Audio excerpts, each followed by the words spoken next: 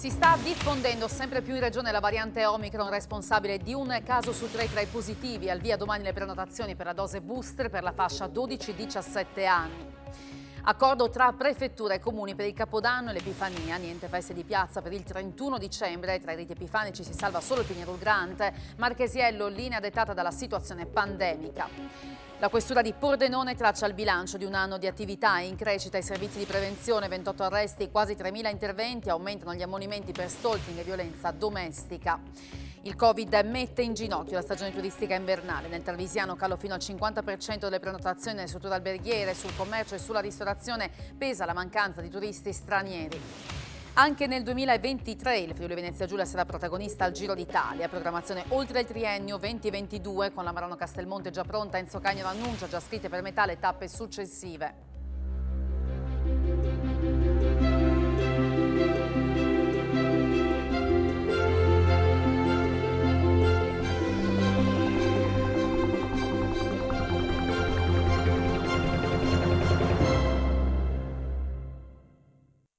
Buonasera da Telefriuli, ben trovati all'appuntamento serale con il nostro telegiornale. Dunque l'avete sentito dai titoli, un caso su 3 di Covid nella nostra regione è legato alla variante Omicron. Sono questi i dati che emergono dal monitoraggio regionale sulla diffusione della nuova variante in regione e a dirlo è stato il vicepresidente della regione Riccardi. 106 casi di positività da Omicron che rappresentano il 30% di quelli rilevati in Friuli Venezia Giulia. Sono i dati resi noti dal vicepresidente della regione Riccardo Riccardi sulla base dei sequenziamenti effettuati il 26 dicembre. La variante, ha spiegato Riccardi, ha iniziato a presentarsi in modo più significativo dal 20 dicembre. L'andamento di Omicron è stato calcolato sui campioni di prelievo presi in esame sempre nello stesso periodo, sui 1114 casi riscontrati. Il quadro complessivo dei dati a ieri dice che su 6.619 tamponi molecolari sono stati rilevati 448 nuovi contagi, con una percentuale di positività del 6,77%. 14.934 i test rapidi antigenici realizzati con 289 casi, pari a poco meno del 2%. La prima fascia d'età per quel che riguarda il contagio è la 40-49, seguita poi dalla 30-39.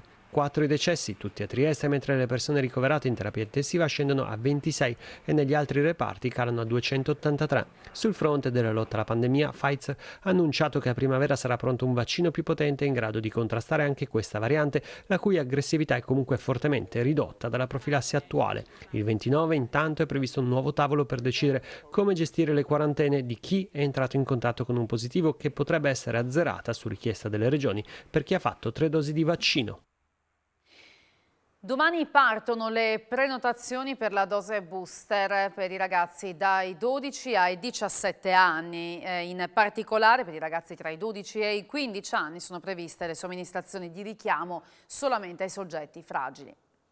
Dalle 14 di mercoledì 29 dicembre sarà possibile prenotare la dose di richiamo booster di vaccino anti-Covid per giovani dai 12 ai 17 anni, con la precisazione che relativamente alla fascia 12-15 la somministrazione è riservata esclusivamente ai soggetti fragili, le cui patologie rientrano nello specifico elenco del Ministero. A comunicarlo il vicegovernatore con delega alla salute Riccardo Riccardi, aggiungendo che il vaccino previsto per questa categoria è BioNTech Pfizer e che il richiamo può essere effettuato a distanza di 5 mesi dal ciclo primario. Le patologie concomitanti preesistenti per cui è raccomandata la dose booster ai ragazzi di questa fascia d'età sono malattie respiratorie, cardiocircolatorie, neurologico, diabete, endocrinopatie severe, fibrosi cistica, malattia epatica, malattie cerebrovascolari, emoglobinopatie, sindrome di Down, grave obesità, disabilità fisica, sensoriale, intellettiva e psichica. Niente feste di piazza né veglioni per l'ultimo dell'anno e nemmeno festeggiamenti per l'Epifania, con l'unica eccezione del Pinerul Grande, che sarà comunque a numero chiuso. Prevale la linea della prudenza dalle riunioni tra prefettura e comuni. Niente feste di piazza a Capodanno, niente fuochi e ritrovi per l'Epifania, con l'unica grande eccezione del Pignarol Grande di Tarcento. Sono all'insegna della prudenza e del rigore le misure trasmesse dal prefetto di Udine, Massimo Marchesiello, ai sindaci della provincia, che hanno accettato, in alcuni casi caldeggiato, il blocco totale del rischio di assembramento. Quindi, partendo dall'ultimo dell'anno, niente feste di piazza, niente conti alla rovescia e niente veglioni pubblici, anche se in realtà i comuni si erano per lo più già mossi andando verso l'annullamento. Rafforzata la vigilanza invece per evitare cenoni clandestini che quindi vanifichino gli sforzi fatti finora. I sindaci si sono impegnati, ha spiegato il prefetto di Udine, Massimo Marchesiello, ad impedire quanto più possibile assembramenti, non concedendo il permesso per feste pubbliche o che prevedano grandi folle. Per quanto riguarda l'Epifania, invece, a salvarsi sono solo le feste con la maggior storicità. Oltre alle messe dello Spadone del Tallero, già confermata negli scorsi incontri tra sindaci e prefettura, resterà solamente il Pignarol Grande di Coia di Tarcento, pur con uno strettissimo numero chiuso che potrà partecipare al vaticinio del vecchio venerando. Tutti gli altri Pignarui e Panevin verranno nelle prossime ore annullati. Una linea dettata dal buonsenso, prosegue Marchesiello, determinata dall'aumento dei contagi che la nostra regione ha vissuto nell'ultimo mese e sta vivendo in queste settimane. E domani si riunirà il Comitato Tecnico Scientifico per modificare le norme legate a quarantene e isolamenti, in particolare per chi ha già ricevuto la terza dose, un'idea su cui si era già esposto ieri il Presidente della Regione Federica. È convocato per domani il Comitato Tecnico-Scientifico chiamato a decidere su quarantene e isolamenti, un problema che sempre più rischia di paralizzare il paese, così come è successo con lockdown e zone colorate. Particolarmente sotto accusa gli isolamenti per i vaccinati, magari anche per chi ha già ricevuto la terza dose, in caso di contatto con un soggetto positivo. Su questo ieri il dibattito era cominciato dalle parole dell'infettivologo Matteo Bassetti, seguito dal Presidente della Regione e della Conferenza delle Regioni Massimiliano Fedriga. Proprio le parole di Fedriga hanno spinto le regioni ad un confronto che ha portato il governo a convocare il CTS. Le regioni domani chiederanno al Comitato Tecnico Scientifico di azzerare la quarantena per le persone con la copertura vaccinale, in particolare per quelle che hanno già ricevuto la terza dose. Il documento delle regioni parla di contact tracing saltato e quindi di un superamento delle attuali regole delle quarantene.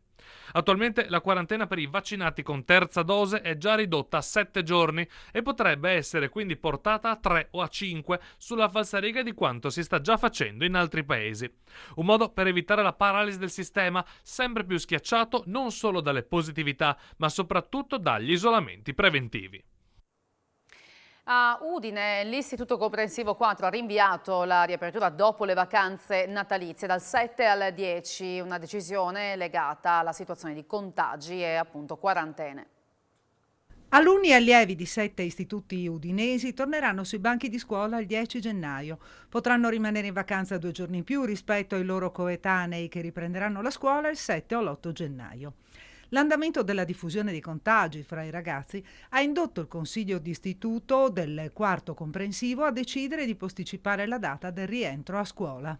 Nelle ultime settimane prima di Natale effettivamente abbiamo registrato un aumento dei contagi significativo. Proprio in questa scuola, a fronte di un contagiato in una classe, i tamponi fatti a tutti i compagni hanno evidenziato altre 5 positività. Il Consiglio d'istituto si è riunito negli ultimi giorni prima di Natale, ha tenuto conto della situazione e ha valutato che tutto sommato non era un grande danno cominciare il 10, anche in virtù del fatto che la gran parte delle scuole di questo istituto comunque funziona su 5 giorni settimanali e per tutte le altre scuole della regione il calendario scolastico è stato fissato dai consigli d'istituto in tempi precedenti all'inizio dell'anno scolastico stesso, come di solito avviene, insomma. Quindi noi costituiamo una piccola anomalia che è stata favorita, se vuole, da questa situazione.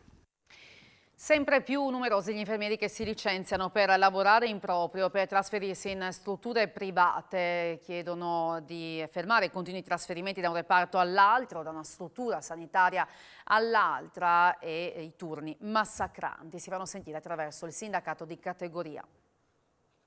Infermieri in fuga dalle strutture pubbliche perché non riescono a mantenere i ritmi di lavoro ai quali sono sottoposti. Il sindacato di categoria Nursin scende ancora una volta in campo a sostegno di professionisti stanchi di essere trasferiti da una struttura sanitaria a un'altra a seconda delle necessità contingenti. Fino a ieri gli infermieri venivano chiamati da tutti quanti degli eroi, ma questi eroi gli hanno dato solo 3,45 euro lordi. Dopo questa pandemia, speriamo e ci auguriamo tutti quanti che vada il più presto possibile, ci confronteremo con un'altra pandemia, quello delle malattie professionali, degli infortuni degli infermieri, che ormai è una categoria sempre più anziana con tanti anni in corsia. Gli infermieri sono sempre più esausti non solo dalle 12 ore che stanno lavorando nelle corsie o sul territorio, dagli orari che non vengono rispettati, dalle ferie sospese, sono esausti anche per il fatto che vengono spostati da oggi a domani. 28 arresti e quasi 3.000 interventi, in crescita l'attività di prevenzione. Sono alcuni numeri dell'attività 2021 della Questura di Pordenone. Aumentano in particolare gli ammonimenti per quanto riguarda stalking e violenze domestiche. Il mercato della droga resta fiorente in città, mentre cala il consumo di sostanze stupefacenti tra i minori. La fotografia scattata oggi dal questore Marco Dorisio è quella di una realtà sicura e ai vertici nazionali per ricchezza e qualità della vita, dove tuttavia esistono ancora delle criticità. La prima senza dubbio è legata al fenomeno dello spaccio e dell'assunzione di droga. Nel 2021 la polizia ha sequestrato 32 kg. Il territorio parla e la sicurezza passa innanzitutto per la prevenzione, attraverso poi anche il rispetto delle regole, la legalità, ci consegna dei numeri e dei dati dove possiamo parlare di una sicurezza reale e quindi anche di una sicurezza vissuta qui nella testa tagliamento. Quanto alla divisione polizia amministrativa e sociale, durante il 2021 sono stati rilasciati 3.939 passaporti e 1.070 licenze di porto di fucile, con 45 autorizzazioni negate, revocate o sospese. Sono stati disposti inoltre 7 provvedimenti di sospensione di licenze ai titolari di locali pubblici ai sensi dell'articolo 100 del TULPS. Abbiamo anche assistito ad una ripresa, essendoci maggiore libertà di movimento, un po' di quelli che erano reati intrusivi, i furti nelle abitazioni. Il Friuli Venezia Giulia è una delle regioni italiane con la più alta percentuale di reati informatici. Lo rileva un'analisi del Centro Studi delle Camere di Commercio Tagliacarne, che colloca la nostra regione al terzo posto, alle spalle della Liguria, che registra 571,7 reati informatici denunciati ogni 100.000 abitanti, e al Piemonte con 569 denunce ogni 100.000 abitanti. In Friuli Venezia Giulia le denunce sono state nel 2020 530 ogni 100.000 abitanti. A rischio criminalità digitale è stata soprattutto Gorizia, al top in Italia per numero di reati denunciati, il 50% in più della media italiana. Si accorge dell'incendio nella villetta accanto e salva la vicina che dormiva. È successo a Sacile. Momenti di paura giù pomeriggio in via Pedrada a Sacile. Per causa al vaglio dei carabinieri della locale stazione e dei vigili del fuoco si è sviluppato un incendio in una villetta. Le fiamme, che potrebbero essere divampate a causa di un cortocircuito partito da un filo elettrico, si sono generate dalla rimessa dell'abitazione, dove erano parcheggiate 2 automobili. Entrambi i veicoli sono andati distrutti nel violento rogo, che si è propagato anche alla tettoia dell'abitazione. In quel momento all'interno della casa c'era la proprietaria che stava riposando. La donna non deve essersi accorta del rogo esterno, che se non fosse stato per il tempestivo intervento dei pompieri, di lì a poco avrebbe divorato l'intera struttura. Provvidenziale è stata la rapidità con la quale la compagna del nipote della signora, una volta che si è accorta delle fiamme, ha chiesto aiuto ad alcuni passanti, che di conseguenza hanno allertato i vigili del fuoco. In via Pedrada sono intervenute 5 squadre dei pompieri, che non senza difficoltà sono riuscite prima ad arginare e poi a spegnere il rogo. La donna quindi è stata svegliata e messa in salvo. L'abitazione, a causa degli ingenti danni riportati, è parzialmente inagibile. È grave ma non in pericolo di vita un operaio di 30 anni che oggi, mentre lavorava su un trabattello, ha perso l'equilibrio ed è caduto. L'incidente è successo questa mattina in un cantiere dietro al centro commerciale di Buia, all'altezza della rotonda per Maiano. Spavento per una famiglia di San Giorgio di Nogaro che ieri sera attorno alle 21 viaggiava lungo la A4 e si è imbattuta in un piccolo branco di cinghiali e l'impatto con uno degli esemplari è stato inevitabile. L'animale è morto e l'auto ha riportato danni ingenti, lesi i componenti della famiglia, padre, madre e figlio di 1 anno. L'impatto si è verificato all'altezza di Latisana. Migliorano le condizioni di Maurizio Zamparini. L'imprenditore friulano è stato sottoposto ieri all'ospedale di Udine a un intervento chirurgico d'urgenza dopo l'aggravarsi di una forma di peritonite. Dopo l'operazione era stato ricoverato in terapia intensiva, dalla quale ora è uscito e si trova al momento in subintensiva in prognosi riservata, ma appunto fuori pericolo. Nel 2021 i segnali di ripresa sono stati tristemente accompagnati da una nuova impennata di infortuni sul lavoro. A dirlo è il segretario regionale della UIL, Matteo Zorn. La pandemia ha condizionato pesantemente anche l'economia del Friuli Venezia Giulia, lo testimoniano le 41.137 ore di cassa integrazione autorizzate per l'emergenza sanitaria regione nel periodo aprile 2020-settembre 2021. Tuttavia alla fine dell'anno ha iniziato a mostrare anche per il Friuli Venezia Giulia dei segnali di ripresa che devono essere sostenuti dalle previsioni del PNRR e dalle vaccinazioni, unico strumento per lasciarsi davvero alle spalle l'emergenza pandemica. A dirlo il segretario regionale della UIL del Friuli Venezia Giulia, Matteo Zorn, che traccia un bilancio dell'anno che si sta concludendo. Il vaccino è fondamentale per sostenere la ripresa economica, afferma Zorn. Da subito, come organizzazione sindacale, abbiamo sottolineato l'importanza dei vaccini, ma abbiamo sempre detto che spetta alla politica l'onere di stabilirne l'obbligatorietà o meno. L'assenza di una decisione chiara in tal senso ha provocato una spaccatura tra i lavoratori, tra fautori del certificato verde e i Novax no Green Pass. I segnali di ripresa economica sono stati tristemente accompagnati da una nuova impennata di infortuni sul lavoro, 21 nel periodo gennaio-ottobre 2021. Segnali di ripartenza dell'economia locale arrivano anche dal saldo positivo di 23.000 unità di nuovi occupati. L'export, la manifattura e la ricerca, le costruzioni che stanno assistendo a una fase di grande ripresa trainata dagli incentivi del settore. Tra restrizioni e divieti il Covid mette ancora una volta in ginocchio la stagione turistica invernale. A Tarvisio, calo dal 20 al 50% di lavoro per hotel, accoglienza e commercio. Mancano soprattutto gli stranieri. Situazione prenotazioni. Per quanto riguarda gli hotel c'è stata una flessione, nel senso tante disdette, soprattutto gli stranieri, i transfrontalieri, i nostri vicini, hanno con le ultime restrizioni disdetto. Fortunatamente molti di noi si sono specializzati un po' anche in quest'anno, 2 anni ormai di pandemia, con la clientela friulana e italiana, e quindi siamo riusciti a riempire comunque gli hotel.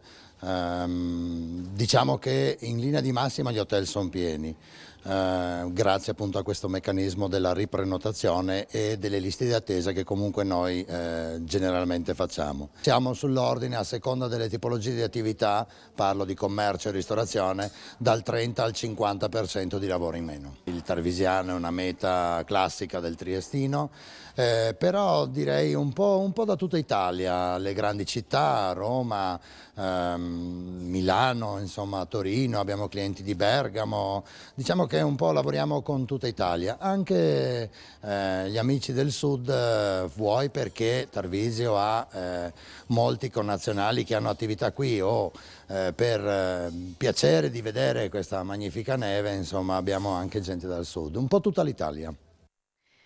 E proprio per la mancanza di turisti stranieri a soffrire di più sono soprattutto i negozi di abbigliamento.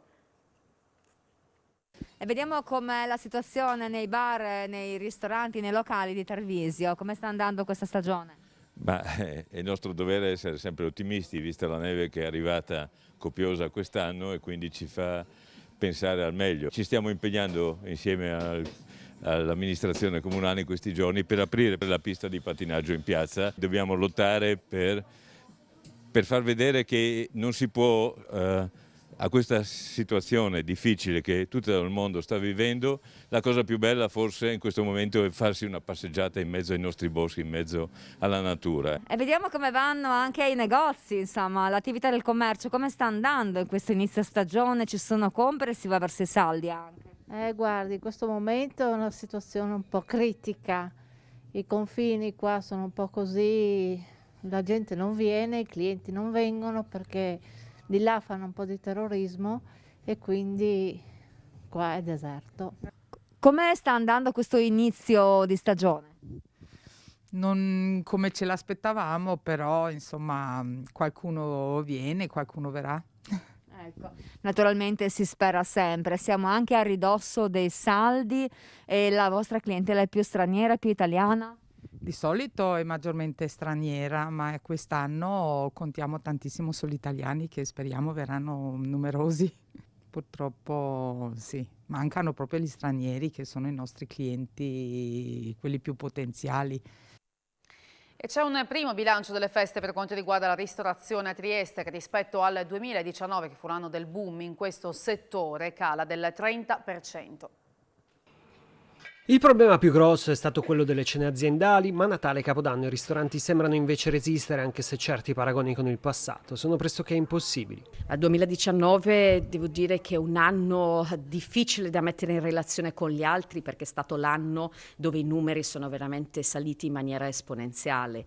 Comunque parliamo insomma di una perdita sicuramente di un 30%, questo di sicuro. A incidere chiaramente la mancanza di turisti, ma rispetto al 2020 la situazione è decisamente migliore. La cosa importante è che quest'anno siamo riusciti a stare aperti e questo è fondamentale per le nostre aziende, per i nostri collaboratori, per riuscire a vivere una certa normalità, questo anche per i clienti stessi. Resta poi da capire come gestire il futuro della ristorazione, in particolare a Trieste, una delle città d'arte. Questi periodi ovviamente soprattutto gennaio-febbraio, periodi dove normalmente abbiamo comunque dei cali di lavoro, sia perché dopo le feste, sia perché ci sono le normali influenze stagionali, saranno dei mesi di forte contrattura. Bisogna concentrarsi sul periodo ovviamente primavera-estate, perché quello abbiamo visto già nella prima fase, un periodo dove si ritorna a una vera normalità,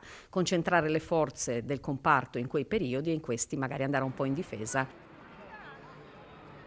C'è un accordo tra la Regione, Friuli Venezia Giulia e le province autonome di Trento e Bolzano sui tributi locali. Vediamo.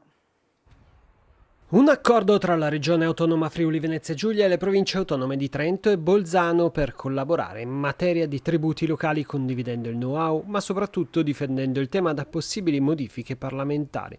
A predisporre il documento gli uffici su impulso dell'assessore del Friuli Venezia Giulia Pierpaolo Roberti. È una collaborazione iniziata a livello tecnico e che implementeremo a livello politico per scongiurare che in futuro si creino problemi con lo Stato. Un esempio, ha spiegato Roberti, è la revisione del catasto da cui arrivano le basi imponibili sull'IMU. Massimiliano Federica, presidente del Friuli Venezia Giulia, ha parlato di primo passo per trovare nuove vie di collaborazione in grado di rafforzare le autonomie nei confronti dello Stato, mentre Maurizio Fugatti, presidente della provincia autonoma di Trento, lo ha definito un progetto in grado di sviluppare le autonomie locali. Infine Arno Compacer, presidente della provincia di Bolzano, ha evidenziato come, lavorando insieme, si ottengono risultati. Questo è un patto di difesa e di crescita. Il fiume Stella continua a regalare sorprese agli archeologi subacquei coordinati dall'Università di Udine, che sono alle prese con il progetto Anaxum, l'unico scavo archeologico didattico in ambiente fluviale a livello nazionale e internazionale. Le analisi effettuate nel fiume Stella nell'ambito della 10ª campagna di archeologia subacquea dell'Università di Udine portano a ipotizzare che il ponte costruito lungo la Viania, nel punto più stretto del fiume, fosse a 2 archi. Le ricerche hanno portato al recupero anche di una punta di giavellotto della tarda età del bronzo, preservata dalle acque in un eccezionale stato di conservazione. La campagna, partita nel 2011, è guidata dall'Università di Udine nell'ambito del progetto Anaxum, archeologia e storia di un paesaggio fluviale, realizzato con la Soprintendenza Archeologia, Belle Arti e Paesaggio del Friuli Venezia Giulia in concessione del Ministero della Cultura, al quale hanno collaborato la Texas A&M University e gli Atenei di Padova e Trieste. Cuore dell'iniziativa è un gruppo di ricerca interdisciplinare che utilizza il corso d'acqua come laboratorio per la formazione di archeologi subacquei in un ambiente problematico quale quello fluviale, sviluppando al contempo tecniche geofisiche integrate e innovative. Le ricerche sullo Stella del progetto Anaxum, sottolinea Massimo Capulli, direttore delle campagne subacquee e coordinatore dello stesso progetto, sono l'unico scavo archeologico didattico in ambiente fluviale a livello nazionale e internazionale. In questi anni sono stati raccolti risultati che consentono di scrivere pagine importanti per la storia del territorio friulano e di contribuire più in generale alla conoscenza dell'Alto Adriatico antico. Sono quasi 400 le foto storiche esposte all'oratorio di via Bertiolo a Udine che raccontano oltre un secolo di vita del quartiere di Sant'Osvaldo. Sono quasi 400 le foto storiche esposte all'oratorio di via Bertiolo a Udine. Raccontano oltre un secolo di storia del quartiere di Sant'Osvaldo, la chiesa di San Paolo, la scuola dell'infanzia, momenti di vita di associazioni, persone della parrocchia, di tutta la comunità. Una mostra frutto di oltre 2 anni di ricerca, allestita grazie alla generosità e alla passione di tanti volontari, cittadini e collaboratori. L'itinerario, che fa rivivere un lungo percorso, tutto per immagini, parte dallo scoppio della polveriera nel 1917 e arriva agli scatti di questa zona del capoluogo friulano dopo la devastante esplosione. Una rassegna a ricordo del quartiere che si può visitare anche nel sabato e nella domenica del 25 e del 26 dicembre. Andiamo a Forgali dove sono stati risolti i problemi legati all'emergenza idrica. Abbiamo vissuto in questi anni qua, oltre alle note problematiche appunto che tutte le amministrazioni e le popolazioni hanno vissuto col Covid, un'altra importante emergenza, noi qua quella idrica. Di fatto dall'agosto dell'anno scorso, quando sulla presa del torrente Arzino con le grosse precipitazioni, con il grosso evento meteorologico si è compromessa la presa, da allora abbiamo avuto continue problematiche, ovvero giornate di acqua non potabile, di erogazione di acqua non potabile, ma anche giornate addirittura senza acqua, con un disagio veramente grande. Da allora abbiamo cercato di muoverci in diversi modi, chiaramente la problematica della presa compromessa è una problematica per la quale abbiamo interessato anche il sottosegretario onorevole Gava, piuttosto che gli assessori regionali e le altre comunità servite da quella presa del torrente Arzino, che è gestita dall'Idrogea, quindi il gestore del destra tagliamento, e le soluzioni sembra che si stiano concretizzando, ma sono soluzioni che prenderanno forma solo nel giro di qualche anno, sicché parallelamente abbiamo voluto cercare delle soluzioni che mettessero in sicurezza da prima i cittadini del nostro territorio, e sono soluzioni che sono state ricercate dall'amministrazione comunale assieme a CAFC, e devo veramente fare un plauso a ringraziare CAFC per la loro disponibilità e per la professionalità dei tecnici, perché siamo riusciti a metà di quest'anno a realizzare delle modifiche negli impianti, creando gli impianti di filtraggio direttamente nei nostri serbatoi e garantire la potabilità dell'acqua ai nostri cittadini. Non si ferma al triennio 2020-2022 la presenza del Giro d'Italia in Friuli Venezia Giulia. La corsa rosa tornerà anche nel 2023. Enzo Cagnero parla di una tappa già scritta al 50%. Ne parliamo tra poco a Sport FVG. Spazio anche all'Udinese con le ultime di mercato e poi allo sci con l'impegno di Lara Della Mea domani nello slalom di Coppa del Mondo. Grazie per aver seguito il nostro telegiornale. Buon proseguimento di serata, arrivederci.